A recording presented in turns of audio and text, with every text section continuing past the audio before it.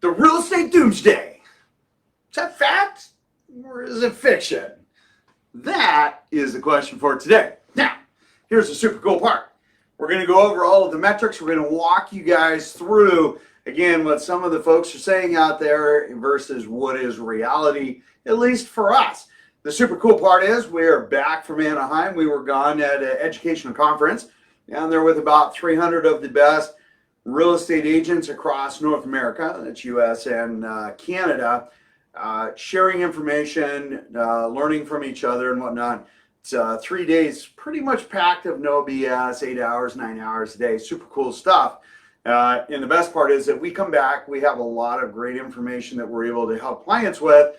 And then, also piggyback off of where we see some of the market trends and things that we're looking at. So with that, hey, make sure you subscribe, okay? It helps the algorithm for other people who are unaware of the channel so that they can really make and get good information and make a really good business decision. So again, ring the little bell because we've got some additional information coming up that is going to be super important for you. As an example, your October to-do list. Make sure that you're checking your gutters. Look, hey, the leaves are going to start falling here. So about, I'd say about mid-October, you're going to start seeing a lot of trees fall. Okay, well, it's dry right now. Cleaning your gutters right now or having somebody come out and use an air blower or whatnot to clean your gutters right now, super simple. Super simple, okay? If you wait until it starts to rain, then it becomes a big muddy mess. So if you do it now, then all you're cleaning out later are leaves. And again, leaves are super simple to clean out. But if you choose to wait, you can make a disastrous mess, have to hose down your gutters, everything else, because, well, it's a mess, right? Even if you use one of the scoops, it's just not as exciting. And you'll know it when you get that first torrential downpour and all of a sudden you notice water comes boiling out over your gutters instead of down the downspouts, which means that it's also wicking up onto the plywood and getting your eaves wet and rotting that all out. It's all just super special. So why don't you just go out and get that done, taken care of now? All right, that's item number one. Get your furnace service. Look, your furnace is going to start kicking on. Even if you have those little, what I call squirrel cages, those wall heaters, look, take off that single screw, pull off the face, vacuum them out. Look, they collect all kinds of dust. Your furnace, swap out your filter. Hey, look, if you like your family, why don't you just have it serviced? It's like 150 bucks. Just make sure you don't have a cracked heat exchanger if it's a gas, and if it's electric, just making sure that everything is ready to go and your heat strip is set and ready to go for that quick recovery. Just saying, 150 bucks seems pretty simple, pretty cheap, really super good idea. Last item, check your windows and your doors. Make sure that all of your caulking is done, especially around your windows. Listen, if you have breaches in that, guess what? When the rain hits it and the water comes down the side, it gets in behind your siding. And if you don't have a very good membrane that's behind it, your wall could start getting wet, which means you start getting mold, which means that your wall starts to rot out, which then creates health issues. Hey, listen, this right here keeps it super simple. Go to the vetted contractors list if you need help. I wanted to start with this first so I didn't forget, because that is super important to ensure the safety of your home and your largest investment. Now, let's move on. Okay, it is no longer September, which is hard to believe. It is October, all right? Super crazy that we've only got 3 more months left, which means there's a lot of things that are going to be happening here that you need to be aware of. Market trends and whatnot that you need to be aware of. So, one of the first things, I had this question, the most recent this morning by Mohammed, and he's like, George, oh my gosh, mortgage rates are crazy, and it's the highest they've ever been ever. And I kind of laughed. And I'm like, let's pull things into perspective a little bit here. And in fact, We're going to take a look at the 4 years ago, which was our last kind of market, 2018, 2019, before the sprint, right? So average mortgage rates for the last 50 years is like 7.2%.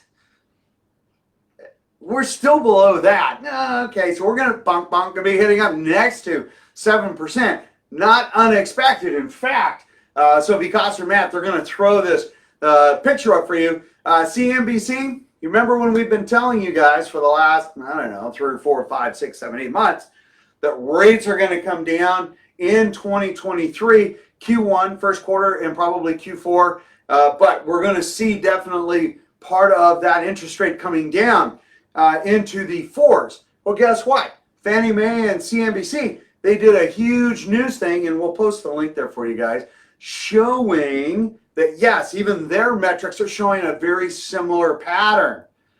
Ta-da! So for those of you that are sitting there on the sidelines saying, oh, I want to wait for interest rates to go down, let me tell you something. If you wait for interest rates to come down, everybody else is going to be doing the same thing.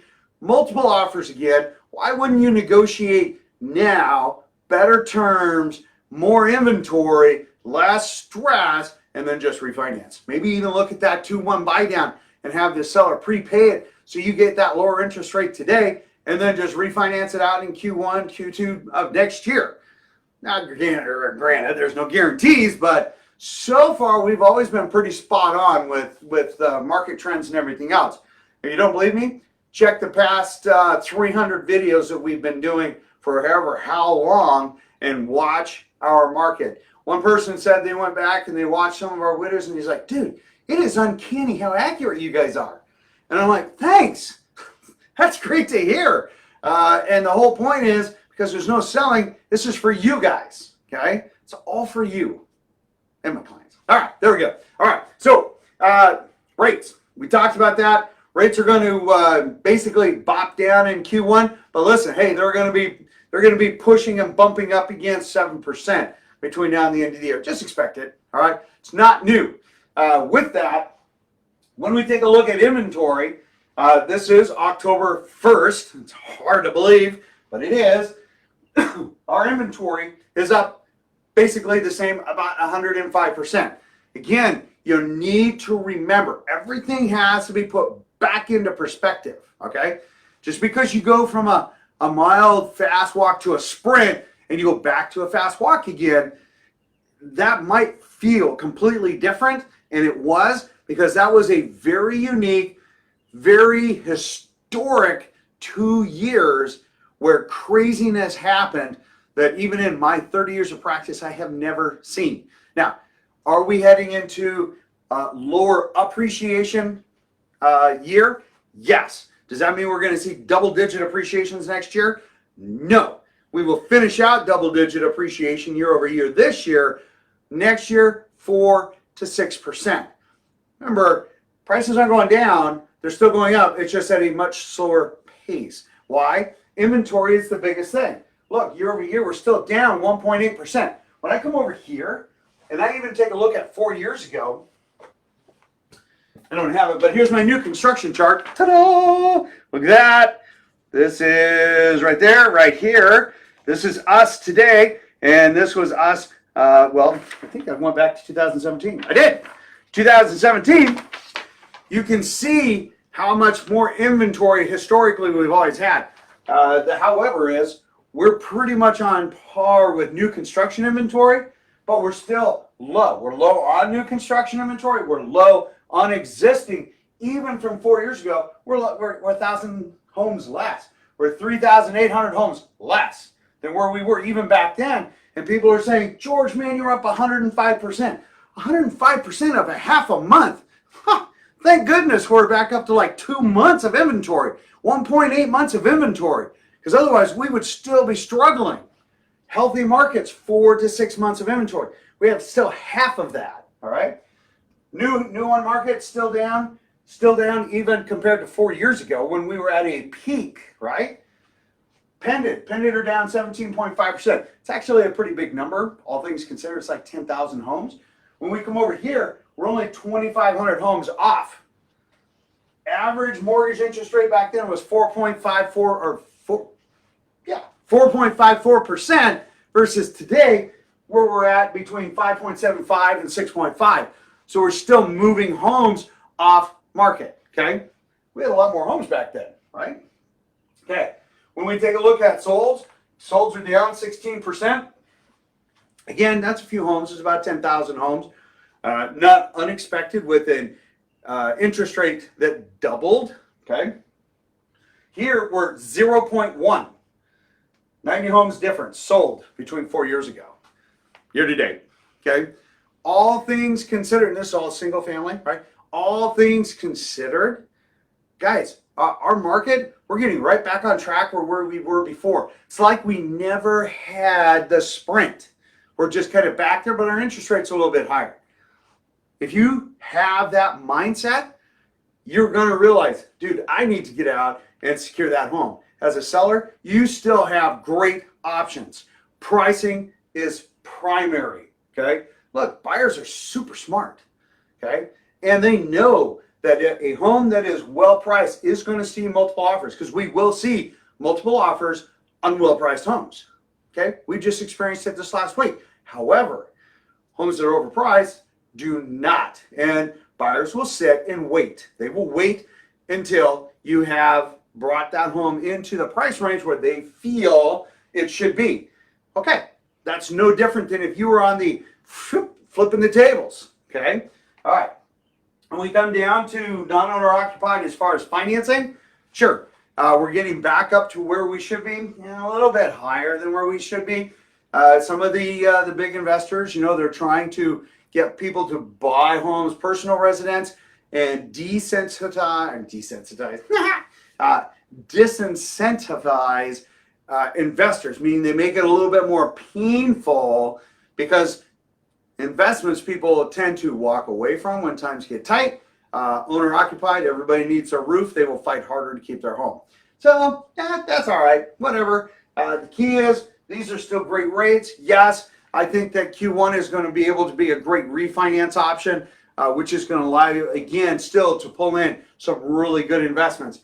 And that's what we're looking at today. When we take a look at our 7-day running average, look at this. We're still new on market, 1,173. 1,247 homes actually went pending. So still, we're going even though we've closed the gap. Remember, we talked about we're going to close that gap. 1,170. Again, that's playing a little catch up. That's going to play catch up, and then versus mustard, and then it's going to go back down and sit below the pending and new on market as we start transitioning, because we're looking at 30 days ago, and 30 days ago, August, September, we had some great selling months. Historic, seasonal, normal. Okay? Now, again, we're going to start picking up our market a little bit. We're at the end of September. People have adjusted from vacations. They've adjusted from students getting in school. Boom, they're going to start taking a look at, hey, I need to find my next home. And that is what's going to happen between now and the first part of December. So for sellers, now is your optimum time to maximize marketing and pricing. Remember, putting your home in the MLS is not marketing. Just be very clear about that. You need to be proactively having your property marketed out in the, in videos and YouTube and Facebook and Google and Bing and Yahoo. It's up to 300 different websites, getting as many eyeballs on your property as possible, creating that activity. And if somebody's not, you're not going to get it. You're just going to be stagnant. And it's important to understand there's that big difference. All right. Now, when we take a look at these numbers, what should we expect? A very modest amount of growth between now and the middle of December. Buyers are going to be out there. Again, they're going to be super picky.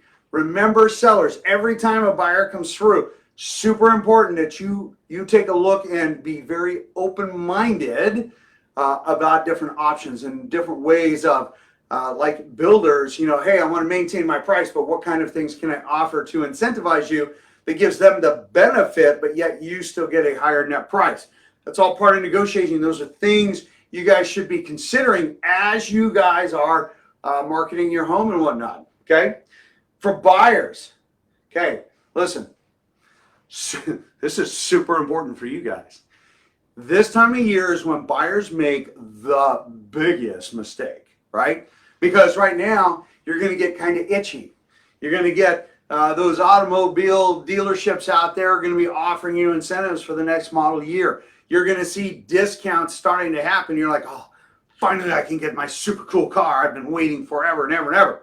3 top mistakes that buyers make when looking at buying a home, which almost inevitably kills your opportunity over the next year, okay? Item number 1, the number 1 biggest mistake buyers make, they go out and they buy a car. Yep, pretty much that kills everything. Why? Listen, you've opened up a credit line, you've created additional debt, banks look at that as a kiss of death red flag, and they need to make sure that you can manage that debt along with everything else. All right, mistake number 2 that they make huge bank deposits for one reason or another, because remember, the banks, the underwriter, they look at your bank statements, they look at the last 90 days, and they take a look at what's been your average. And if all of a sudden we start seeing dumping in there some pretty large deposits, that normally raises a red flag. And you end up writing letters causing delays. And depending on the reasoning for that money coming in, they may question the validity of that. All right. So be very careful about that, especially if you're moving money in from out of country. You need to be able to document that back. Okay. Because there's this thing about, I don't know, money laundering, terrorist money that they want to and will they monitor against, right? So just be aware of that. All right.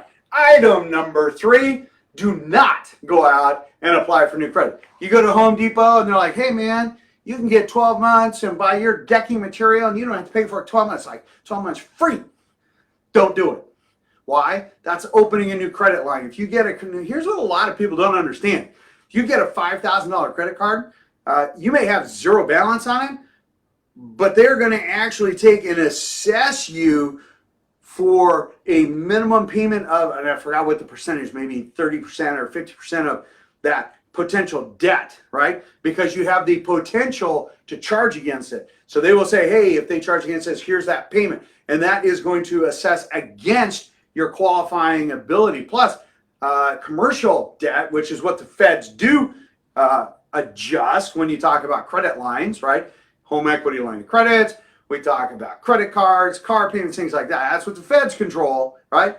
That interest rate, which does adjust, that also will have a significant impact on your buying power, plus your ability to qualify, all right? So those are the 3 biggest mistakes. Don't make them, okay? Don't go out and buy a car. Don't go out and make massive deposits in your account. At least be prepared to explain why. And then don't go out and apply for new credit lines. Be super careful. Have an absolutely beautiful day. If you guys have any questions about this, and to answer the question, is there a doomsday? Let's get to that. Is there a doomsday in real estate coming in our area? The answer is no. You actually have to have a lot more inventory than what we have to have a doomsday. Our market is still moving along, even from 4 years ago, even to today. Our market is still doing incredibly well. We have a very unique, we are one of the top 5 sweet spots across the United States. Jay, if you have any questions, post it. Love questions. Next week, we're going to pull in a few more things. Make sure you're doing your October to-do list. Man, I would do it while it's dry. Just saying. In the meantime, you guys have a beautiful day. I will see you on the next video. Take care.